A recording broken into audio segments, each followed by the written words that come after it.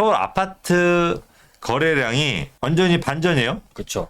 네. 그러니까 서울 아파트 거래량 같은 경우가 사실 우리 올 초부터 이제 현재 이제 9월 달까지 오면서 사실 거래량들은 지속적으로 상승을 했죠. 근데 거래량들이 이제 지속적으로 상승했던 이유는 일단은 대출 금리가 일단 작년에 4%대에서 이제 3%대로 아무래도 이제 대출에 대한 금리가 좀 낮아지게 되다 보니까 그 부분이 좀 작용을 했고요.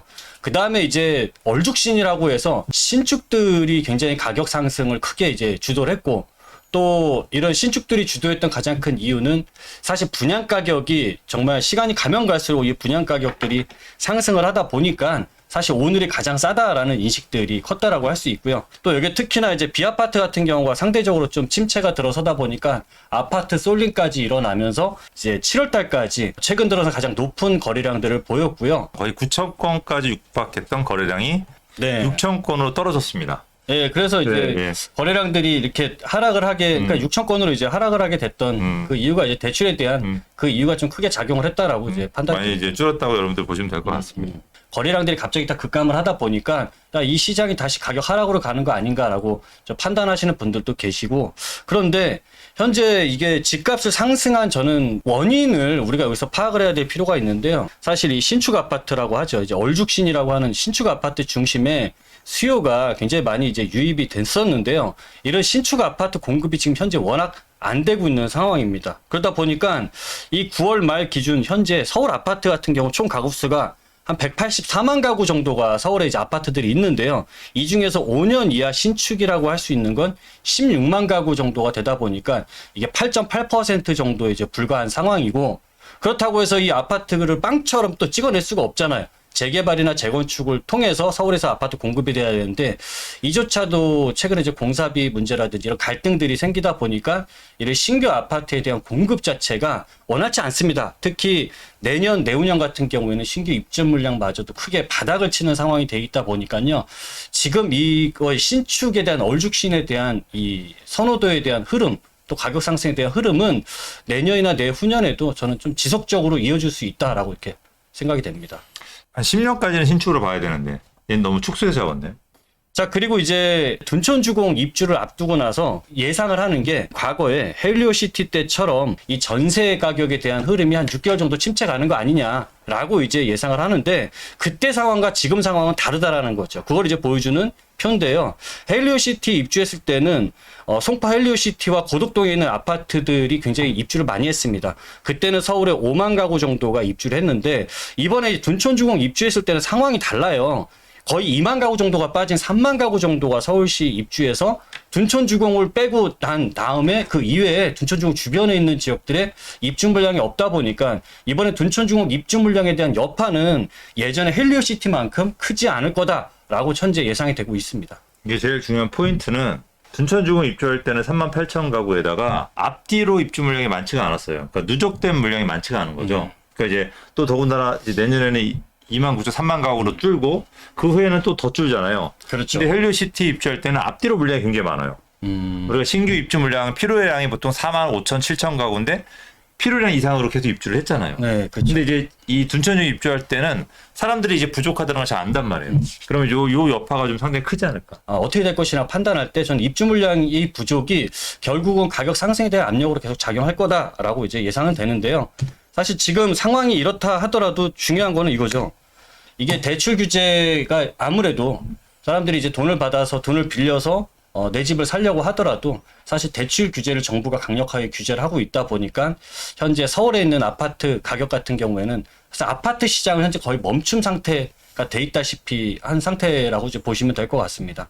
근데 이제 반면에 아파트 쪽에서 지금 계속 이어졌던 이 불장이 흐름이 뚝 끊기는 게 아니라요. 이 사람들이 이제 풍선 효과처럼 움직인다라는 거죠. 그러다 보니까 최근에는 이 아파트 값 대출 문턱이 높아져 갖고 아파트는 좀 주춤한 반면에 오히려 빌라 가격이나 빌라 거래 같은 경우에는 최근에 좀 들썩하고 있다라는 이제 기사들이 나오고 있고, 이제는 마이너스에서 이제 상승 흐름으로 이제 돌아선 여러 가지 지표들이 많이 파악이 되고 있습니다. 그러니까 대출 규제 여파로 거래량이 줄고 네. 그 거래량이 줄은 걸로 아파트 값이 주춤했다.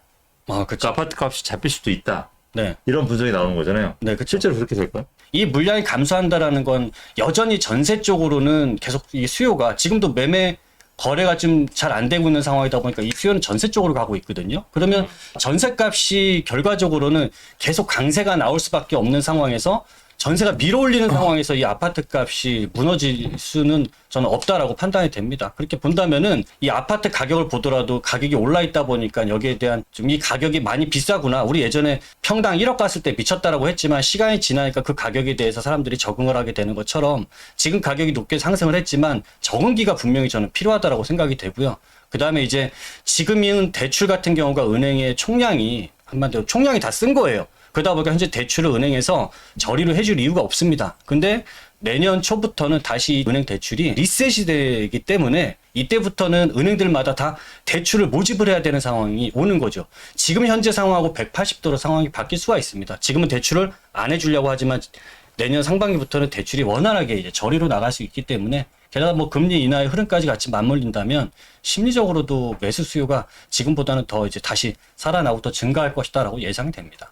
그럼 아파트 가격은 어떻게 될까요? 가격 역시도 지금 오르는데 현재는 약간 좀 차등이 될 것 같아요. 우리 오를 때도 차등이 있었던 것처럼 정고점이라고 얘기하는 미친 가격이 돌파됐던 지역들은 좀 지금 위치에서 지금 아래쪽에 있는 아직 덜 올라간 아파트들을 좀 지켜보는 흐름으로 갈 것 같습니다. 좀 멈춰 있을 거다라고 예상이 되고요. 상대적으로 좀 정고점 대비 좀 덜 회복된 아파트들 중심으로 이런 지역들이 오히려 좀 가격 탄력을 좀 높게 받을 거다라고 예상이 됩니다. 자, 이제 서울의 아파트가 상급지, 중급지, 하급지로 이제 나눠서 저희가 좀 이제 들여다봐야 될 것 같아요. 그래서 지금 우리 이군대님 말씀은 상급지는 좀 주춤할 거고, 네. 그다음에 중급지, 하급지 쪽이 가격이 좀 이제 올라오지 않을까라고 예상을 하는 거죠. 네. 근데 이제 거래량이 줄었단 말이에요. 네, 그렇죠. 그러니까 거래량이 줄었다고 하는 거는 가격 하락의 신호는 아니라는 거죠. 아, 그렇죠. 이 거래량들이 적다고 해서 가격이 안 오르는 게 아니고 거래량들이 많다고 해서 또 가격이 무조건 오르는 건 아닙니다. 그렇죠. 이제 왜냐면 아파트라고 하는 상품의 특징이 그렇잖아요. 네. 그러니까 열채가 거래가 됐다고 해서 올라간 게 아니고 한 채가 거래가 되더라도 신고가를 찍게 되면 전체 아파트가 다 따로 뛰잖아요. 그렇죠. 이제 아파트의 특성이다 보니까 거래량하고 아파트 가격은 조금 큰 상관관계 분명히 있지만 그래도 절대적이지 않다. 네. 이제 이 말씀을 하시는 거고 저희가 이제 라이브 할 때 여러분한테 말씀을 드린 게 뭐냐면 이 중급지하고 하급지 아파트 가격은 뛸 수밖에 없다고 말씀을 드렸어요. 그게 왜 그러냐면 우리가 너무 올라간 부동산은 좀 주춤하잖아요. 그럼요. 반대로 너무 떨어진 부동산은 다시 또 회복하게 돼 있거든요. 이게 필수제이기 때문에. 네. 근데 우리가 중급지나 하급지의 아파트 가격은 너무 많이 떨어졌다고 저희가 판단을 했어요. 왜냐면 그 주변에 중급지 같은 경우도 새로 공급하는 아파트가 15억, 17억이에요. 근데 기존에 낡은 아파트가 9억 했단 말이에요. 네. 이거 차이가 너무 크잖아요. 맞아요. 15억 대 9억이다. 그러면 어느 걸 선택할까요? 아니, 근데 그럼에도 불구하고 신축이 잘 팔리잖아요. 네. 그건 무슨 얘기냐? 이 9억이 그만큼 싸다는 얘기죠. 그러니까 9억이 결국 12억까지, 13억까지는 따라올 가능성이 굉장히 높다. 그리고 15억도 아마 1, 2억 정도 뛸 거다. 신축이 인기가 많으니까. 이게 이제 중급지인 거죠. 네. 이 하급지 같은 경우도 하급지의 신축 아파트 분양가가 12억, 13억이에요. 근데 기존 아파트가 7억, 8억이란 말이에요. 이건 너무 싸다는 거죠. 그러다 보니까 기존 아파트가 결국은 10억까지는 따라 뛸 거다. 그리고 12억짜리 13억까지 뛸 거다. 이렇게 저희가 예상을 했고 실제로 그런 흐름으로 천천히 거래량이 늘면서 올라가고 있었어요. 네, 그렇죠. 근데 여기서 이제 문제가 발생을 하는 게 뭐냐면 상급지에 네. 30억 하던 최상급지 아파트가 35억으로 뛰고 37억 뛰고 45억으로 뛰고 여기가 45억으로 뛰었을 때 다 미쳤다 그랬어요. 국민평형 때가. 그래서 야 여기 45억으로 뛰었을 때 저거 떨어질 거다. 근데 갑자기 60억을 찍어버렸어요.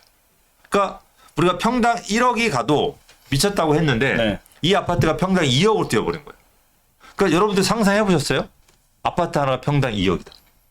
아, 그러면 안 되죠. 저기 우리가 죄송한 말씀이지만 저기 수도권이나 대전 또 부산 가잖아요. 네. 그러면은 10층짜리 건물을 살 수 있는 돈이에요. 그러면 우리가 60억짜리 이 아파트가 네.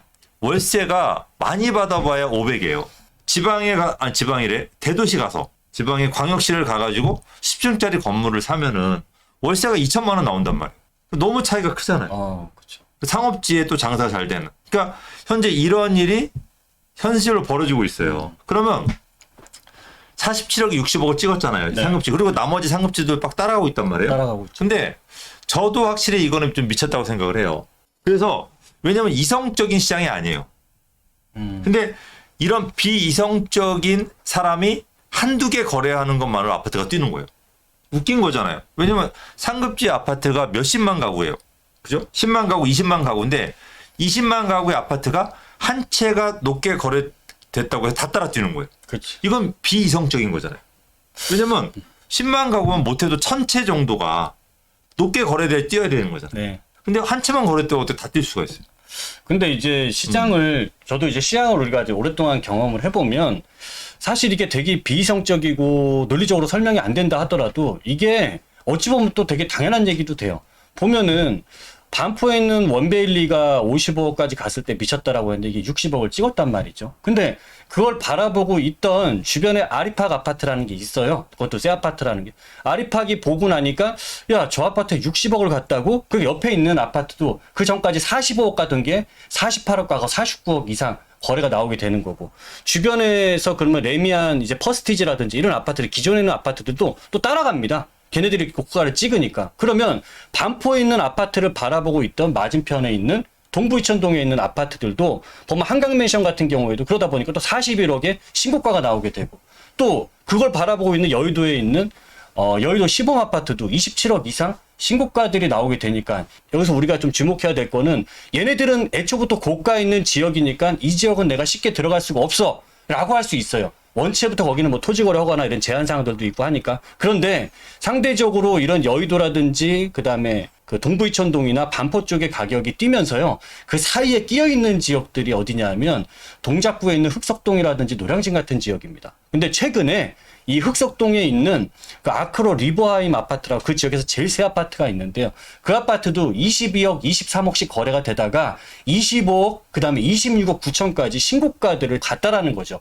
실거래가 되면서. 결국에는 이 부동산에 이 최상급지 주변에 또 인접해 있는 이런 단지들 같은 경우에는 오히려 그 지역은 지금까지 그 가격을 가본 적이 없는데 주변의 아파트 가격의 상승이 걔네들까지도 다 불러서 똑같이 동반 상승을 시킨다라는 게 이게 여러분들이 이번 장에서 저는 꼭 아셔야 되는 부분이다라고 생각이 됩니다. 그래서 이제 저희가 보는 거는 최선의 결과는 뭐냐면 폭락을 해 50%가 떨어져서 폭락을 해야 될 정도로 간다면 경제가 마비되고 나라가 마비되잖아요. 그렇죠. 중급지 아파트도 원가가 15억인데 그게 13억으로 떨어지고 10억으로 떨어지길 바라는 거는 말이 안 되잖아요. 그렇죠. 그럼 아파트 공급이 안 되니까 또 나중에 공급 부족도 폭등하게 되고. 그러니까 최선의 방법은 뭐냐면 중급지, 하급지 가격이 조금 더 뛰고 네. 현재 금액보다 좀 더 좀 띄워져가지고 그러니까 이게 나는 돈이 없는데 나는 집이 없는데 우리 집은 해당이 안 되는 데라도 어쩔 수 없어 지금 현재 상황이 그러니까 그래서 얘네들이 조금 더 뛰고 상급지 최상급지의 가격이 좀 많이 떨어져야 돼. 많이 떨어져줘서 이게 균형을 맞춰줘야 돼요. 그래서 이제 준수기를 해야지 이꾼내님 말씀대로 지금 같이 간다고 한다면 결국 중급지, 하급지 가격도 지금보다 2배가 뛰어야 돼요. 그러니까 우리가 흔히 알고 있는 중급지들 네. 현재 지금 12억 가는 아파트가 20억이 가야 되는 거예요. 25억이 가야 돼요. 이래야지 균형이 맞춰져요. 그러면 이거는 내가 봐도 이것도 다 같이 죽자는 거거든요. 이게 우리가 흔히 알고 있는 예전에 10억이면 살 수 있는 노량진이라든지 예, 뭐 신길동이나 10억대 초반 네. 이런 아파트가 다 20억이 가는 거예요. 그럼 이제 젊은 사람들은 꿈이 없는 거지. 그러려면 금리가 거의 제로 금리 가서 대출을 한 18억, 17억 해주든가. 그래야 아파트를 사잖아. 그렇죠. 그러면 내가 사회생활 시작할 때부터 16억, 17억 대출을 갖고 있어야지. 이게 사람 사는 세상이 아닌 거예요. 지금 현재 이 상황으로 간다면. 그러니까 이 최고가의 아파트가 최상급지 아파트가 50억, 30평형대가 네. 50억, 60억을 계속 버틴다면 이것도 역시 다 같이 망하자는 거예요. 근데 그렇게 거래가 되면 안 되는데 그런 희한한 인간들이 있어요. 그렇게 주고 사시는 분이. 저희 주민이겠죠. 제가 거기 사니까. 그러니까 미친 것 같아요. 그러니까 이게 주변이 15억이면은 기존 아파트는 12억, 13억이라고 하는 균형을 맞추는 걸 전 좋아해요. 항상 이 균형. 그리고 중급지가 그러면 16억, 17억, 17억에 간다면 상급지는 30억 가면 돼요. 최상급지는. 30억, 35억. 이게 진짜 맥심이라고 봐요, 저는. 근데 얘네가 60억 간다는 이거는 완전 오바죠. 그러면 저는 여기에 대해서는 정부에서 좀 강력한 대책, 그 지역만 따로 떼어서 아까 말씀드린 상급지 지역 있죠? 네. 그 지역만 따로 띄어서 엄격하게 규제하고 세금을 따로 매겨도 저는 이건 괜찮다고 봐요. 이건 너무 심하니까. 그렇다고 거래 금지하면 안 돼요.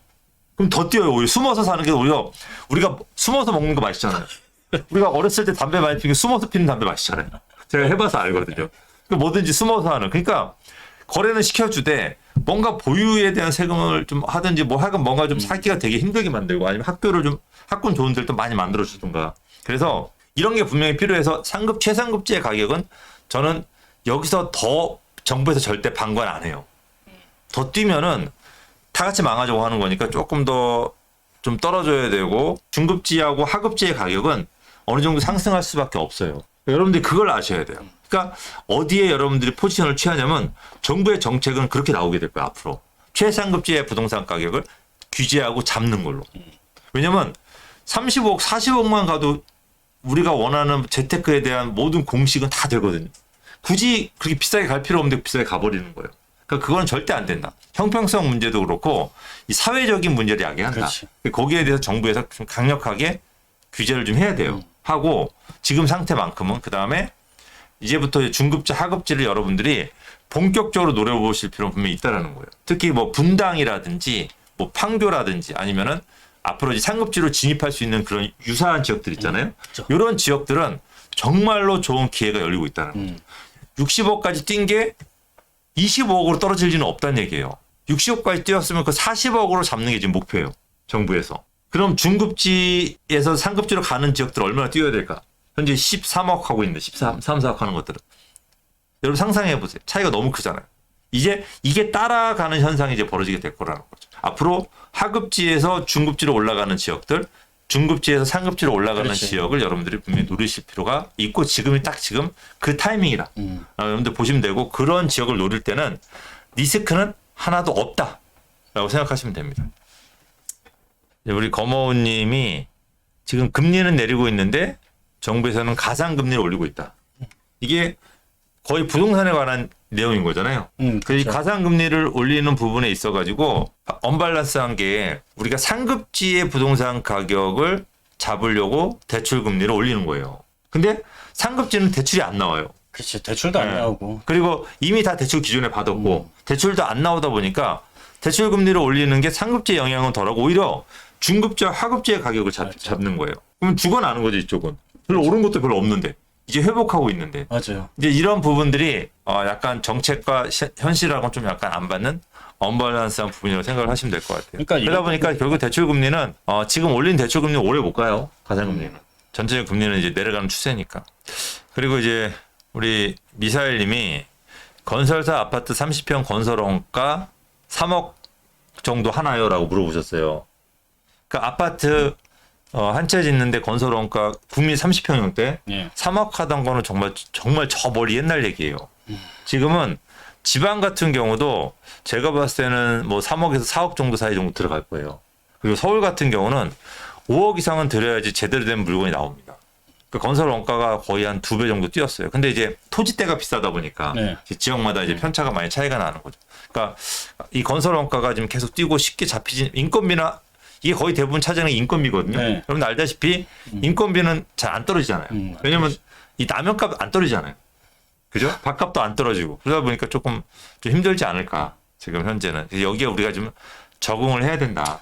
그러니까 그거에 맞추어서 예를 들어 원가를 옆에서 3억에 지어놓은 게 있어요. 10년 전에. 네. 그리고 새로 지으면은 건설 원가가 5억이에요. 그러면 이 5억짜리 사는 것보다 3억짜리 사는 게 훨씬 더 유리하다. 왜냐면 이 5억짜리도 6억으로 뛰잖아요. 네. 그럼 3억짜리가 5억이 될 수 있거든요. 그러니까 이제 그런 부분들 생각하셔가지고 좀 재테크 전략을 지금은 펼쳐야 된다라고 보시면 될 것 같습니다. 그러니까 안중근님이 서울도 양극화가 더 심해지는데 경기는 더 안 좋다. 그러니까 이게 참 점점 먹고 살기 힘든 그런 세상으로 바뀌고 있습니다. 그러다 보니까 재테크의 중요성이 더 부각되는 것 같아요. 그러니까 결국은 살아남으려면 이제는 예전에는 성공한 사람과 성공하지 않은 사람으로 나눴잖아요. 이제부터는 재테크 잘한 사람과 재테크 실패한 사람으로 나눠질 거예요. 그러니까 재테크가 조금 더 부각되는 네. 그런 조금 더 중요한 세상으로 이제 바뀌고 있다고 생각하시면 될 것 같습니다.